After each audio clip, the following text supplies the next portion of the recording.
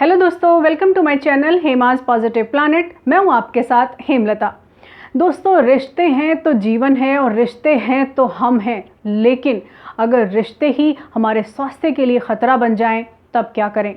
दोस्तों, toxic relationships किस तरह से हमारी ज़िंदगियों को प्रभावित करते हैं, ये आप पिछले 3 वीडियोज़ में आप जान चुके हैं कि किस तरह से एक ख़राब रिश्ता या टॉक्सिक रिलेशनशिप हमारे स्वास्थ्य पर असर डालता है और किस तरह से हमारा जीवन उससे प्रभावित होने लगता है। इस वीडियो में मैं 2 पार्ट में इसमें बात करने वाली हूँ। पहले पार्ट में कुछ डेटा, कुछ रिसर्च आपसे साझा करूँगी, जिसको जानकर आप अपने स्वास्थ्य के प्रति और ख़ासकर अपने रिश्ते के प्रति आप पहले से ज़्यादा सजग हो जाएंगे। दूसरे पक्ष में हमारे पारिवारिक और सामाजिक ढांचे की उस चिंताजनक परिस्थिति की मैं बात करने वाली हूँ जिसमें थोड़ा बदलाव लाने की ज़रूरत है। तो सबसे पहले बात करते हैं डेटा की। दोस्तों, WHO का एक डेटा सामने आया है। WHO की हाल ही की एक रिपोर्ट के मुताबिक पूरी दुनिया में, यानी WHO के 194 देश सदस्य हैं और भारत भी उनमें से एक है।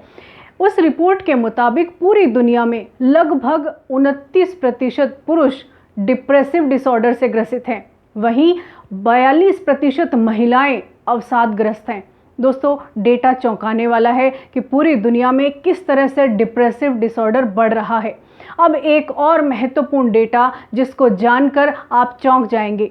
जी हाँ दोस्तों, इजराइल की टेल अवीव यूनिवर्सिटी का एक रिसर्च सामने आया है। इजराइल की ये यूनिवर्सिटी सरकारी यूनिवर्सिटी है और वर्ल्ड की जो बेस्ट यूनिवर्सिटीज़ हैं उनमें ये शामिल है और 172वीं रैंक पर ये यूनिवर्सिटी है।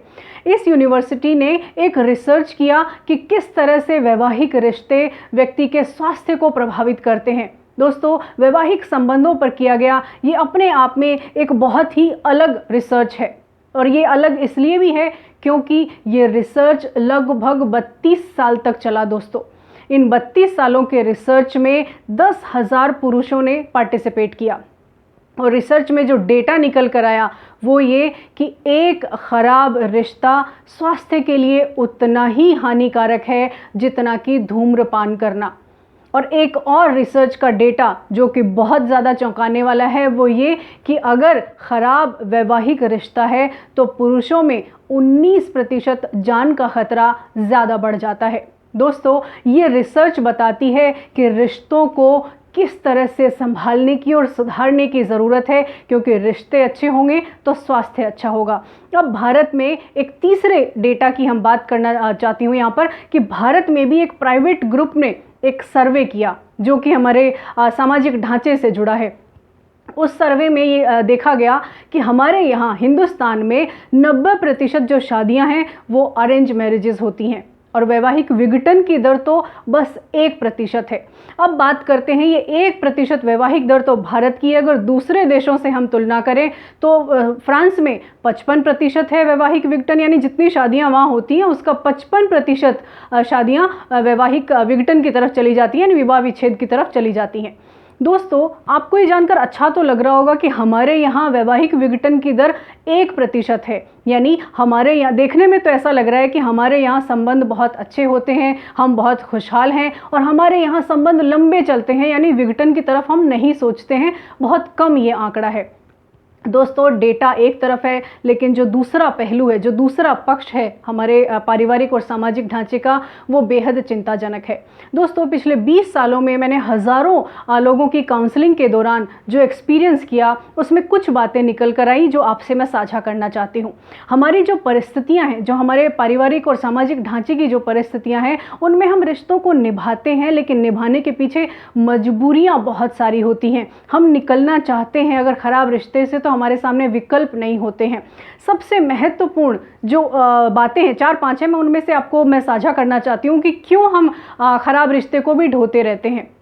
दोस्तों, भारत में अदालतों में इतने सारे केसेस पेंडिंग हैं जो आप भी जानते हैं। पुलिस में रोज़ वैवाहिक संबंधों से जुड़े कितने मामले दर्ज होते हैं ये भी आप जानते हैं।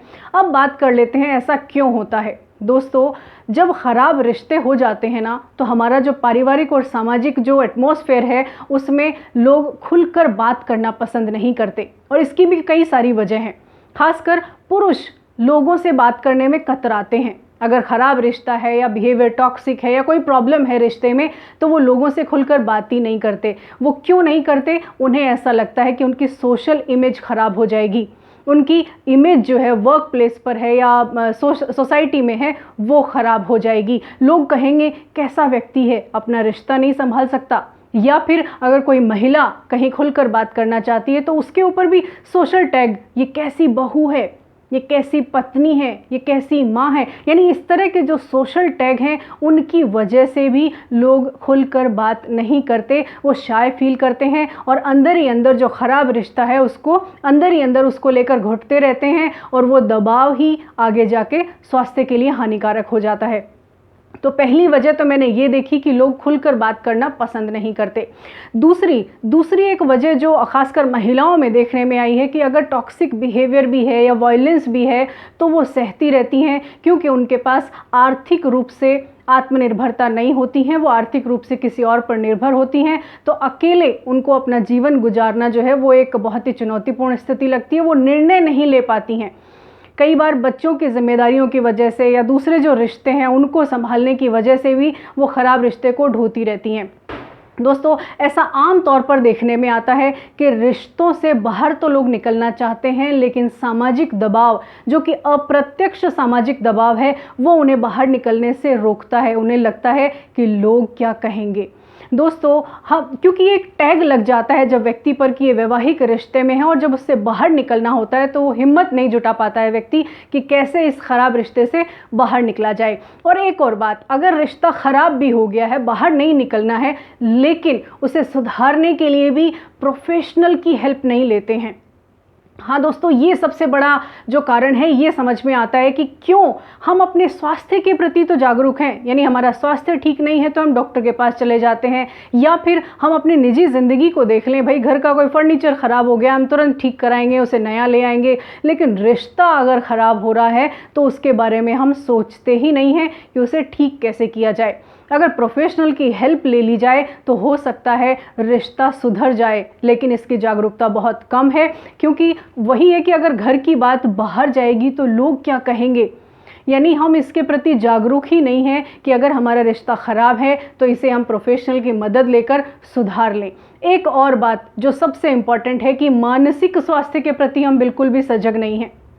दोस्तों, मानसिक स्वास्थ्य के मामले लगातार बढ़ रहे हैं, मनोचिकित्सक लगातार देख रहे हैं और वो ऐसा कह रहे हैं कि अगर कोई परिस्थिति ख़राब हो गई है तो उसे आप कंसल्ट कर लें, आप काउंसलर की मदद ले लें आप, या फिर कंसल्टेंट की मदद ले लें, तो आप रिश्ते सुधार सकते हैं। अगर नहीं हम सुधारते हैं तो उसका परिणाम ये होता है कि डिप्रेसिव डिसऑर्डर के जितने भी मामले बढ़ रहे हैं उनमें बड़ी वजह पारिवारिक वातावरण है, नकारात्मक माहौल है, ख़राब वैवाहिक रिश्ते हैं, जिनकी वजह से मानसिक स्वास्थ्य लगातार बढ़ता जा रहा है।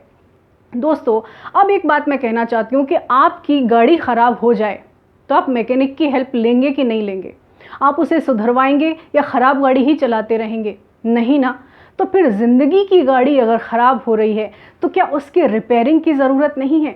क्या उसे सुधारने की ज़रूरत नहीं है? और जब बात स्वास्थ्य की है तो क्या ज़्यादा जागरूक होने की ज़रूरत नहीं है?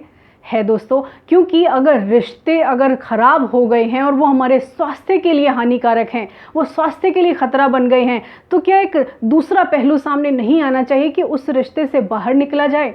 अगर रिश्ता सुधारने के तमाम प्रयास कर लिए गए हैं और तब भी रिश्ता नहीं ठीक हो रहा है, वो स्वास्थ्य पे बनाया है, तो क्या उस रिश्ते से बाहर नहीं निकलना चाहिए? बेहतर होगा दो व्यक्ति जो एक दूसरे के लिए स्वास्थ्य के लिए खतरा बन गए हैं, दूसरे और रिश्तों पर भी उसका असर पड़ रहा है, घर का माहौल नकारात्मक हो रहा है, तो क्या ये बेहतर नहीं होगा कि उस रिश्ते से बाहर निकलने का सोचा जाए? दोस्तों, समाज में इसमें जागरूकता लाने की ज़रूरत है, क्योंकि ढोने से आप अपना स्वास्थ्य खराब कर रहे हैं। निभाने हैं रिश्ते तब तो ठीक है, लेकिन ढोने की इस वजह की वजह से आप अपना स्वास्थ्य खराब कर रहे हैं।